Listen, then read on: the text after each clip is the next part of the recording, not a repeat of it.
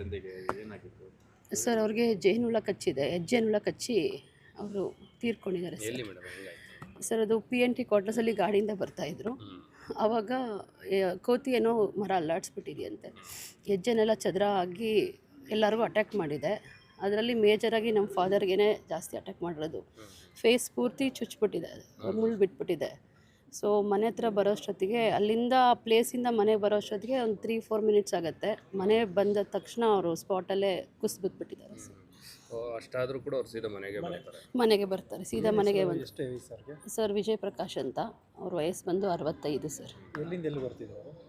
Sir ಅವರು BH ರೋಡಿಂದ ಬರ್ತಿದ್ರು, ವಾಪಸ್ಸು ಮನೆ ಕಡೆ ಬರ್ತಾಯಿದ್ರು. BH ರೋಡಿಂದ ಕೆಲಸ ಮುಗಿಸ್ಕೊಂಡು ಬರ್ತಾಯಿದ್ರು. ಆ ಟೈಮಲ್ಲಿ ಏನಾಗಿದೆ, ಚದ್ರಿದೆ ಅನಿಸುತ್ತೆ. ಅಲ್ಲಿ ಸುತ್ತಮುತ್ತ ಜನ ಹೇಳಿದ್ದು ನಾವು ನೋಡಲಿಲ್ಲ, ಚದ್ರಿದೆ. ಆ ಟೈಮಲ್ಲಿ ಇವ್ರಿಗೆ ಅಟ್ಯಾಕ್ ಆಗಿದೆ. ಇನ್ನೊಬ್ರಿಗೆ ಮೇಜರ್ ಆಗಿದೆ, ನಮ್ಮ ಫಾದರ್ಗೆ ಈ ಥರ ಆಗಿದೆ. ಸೊ ಇವರು ಬದುಕಲಿಲ್ಲ ಸರ್. ನೋಡಿದೆ ಸರ್, ಫುಲ್ ಫೇಸು ಫುಲ್ಲು ಮುಳ್ಳು ಚುಚ್ಚಿಬಿಟ್ಟಿದೆ, ಫುಲ್ ಫೇಸ್ ಚುಚ್ಚಿಬಿಟ್ಟಿದೆ, ತಲೆಗೆಲ್ಲ ಚುಚ್ಚಿಬಿಟ್ಟಿದೆ. ಅವರು ಮನೆ ಹತ್ರ ಸ್ಪಾಟಲ್ಲಿ ಬಿದ್ದಾಗಲೂ ಕೂಡ ತಲೆಯಿಂದ ಒಂದು ಜೇನು ಬಂತಂತೆ, ಬಿಟ್ಟಿಲ್ಲ. ಜೇನು ದಾಳಿ ಆದಮೇಲೆ ಅಂದರೆ ಮಾರುತಿ ನಗರದಲ್ಲಿ ದಾಳಿ ಆಗುತ್ತೆ, ಅಲ್ಲಿಂದ ಮನೆವರೆಗೂ ಅವರು ಶರ್ಟ್ ಬಿಚ್ಚಿಬಿಡ್ತಾರೆ. ದಾಳಿ ಆಗಿದ ತಕ್ಷಣ ಶರ್ಟ್ ಬಿಚ್ಚಿ ಕೊಡುವಾಗ ಅದು ಬಿಟ್ಟಿಲ್ಲ ಅನಿಸುತ್ತೆ, ಮೈ ಉರಿ ತಾಳಕ್ಕಾಗಿಲ್ಲ. ಅವರು ಡಿಕ್ಕಿಲಿ ಹಾಕ್ಕೊಂಡು ಗಾಡಿ ಓಡಿಸ್ಕೊಂಡು ಮನೆ ಹತ್ರ ಬಂದಿದ್ದಾರೆ. ಸೊ ಮನೆಗೆ ಏನಿಲ್ಲ, ಒಂದು 3 ಮಿನಿಟ್ಸ್ ಅಷ್ಟೇ ಸರ್. 3 ಮಿನಿಟ್ಸಿಗೆ ಬರ್ತಾರೆ. 3 ಮಿನಿಟ್ಸಲ್ಲೇ ಅವರು ಮನೆ ಇನ್ನೇನು ರೀಚ್ ಆಗಬೇಕು, ಆ ರೋಡಲ್ಲೇ ಮೋಸ್ಟ್ಲಿ ಜ್ಞಾನ ತಪ್ಪಿಟ್ಟಿದ್ದಾರೆ. ನಿನ್ನೆ 3:30 ಟೈಮ್ನಲ್ಲಿ ಜೇನು ಕೋತಿಗಳೆಲ್ಲ ಆಟ ಆಡ್ತಾಯಿದ್ವು. ಅವೆಲ್ಲ ಕೆಡಕ್ಬಿಟ್ಟಿರೋದಕ್ಕೆಲ್ಲ ಎದ್ಬಿಟ್ಟು ಎಲ್ಲರಿಗೂ ಹೋಗೋರು ಬರೋರಿಗೆಲ್ಲ ಕಚ್ತಾಯಿದ್ವು. ಒಬ್ಬರು ಸ್ಪಾಟೇ ಆದರು. ನಮ್ಮನಿಗೂ ಇಲ್ಲೆಲ್ಲ ಬರೋರಿಗೆಲ್ಲರಿಗೂ ಅಟ್ಟಿಸ್ಕೊಂಬಂದು ನಾವು ಡೋರ್ ಹಾಕೊಂಬಿಟ್ಟು ಅಂಗಡೀಲಿ ಬೈಕೆಲ್ಲ ಬಿದ್ದು ಎದ್ದು ಪಾಪ ಅಷ್ಟು ಜನ ಹೋದರು. ಆಮೇಲೆ ಏಟಾದವ್ರು ಅತ್ತ ಇತ್ತವ ಎಲ್ಲ ಹೋಗಿ ಸುಮಾರು ಜನ ಅಡ್ಮಿಂಟ್ ಆಗಿದ್ರು. ಒಂದು 2-3 ಜನ ಒಬ್ಬರು ಸ್ಪಾಟೇ ಆಗಿದ್ದಾರೆ. ಇರಲಿಲ್ಲ, ಮೊನ್ನೆ ಎಲೆಲ್ಲ ಉದುರೋದಾಗ ಇರಲಿಲ್ಲ. ಈಗ ಮೊನ್ನೆ ಒಂದು 3-4 ದಿವಸಲೆಲ್ಲ ಇಟ್ಟಿದೆ, ಗೊತ್ತಿಲ್ಲ ಅದು.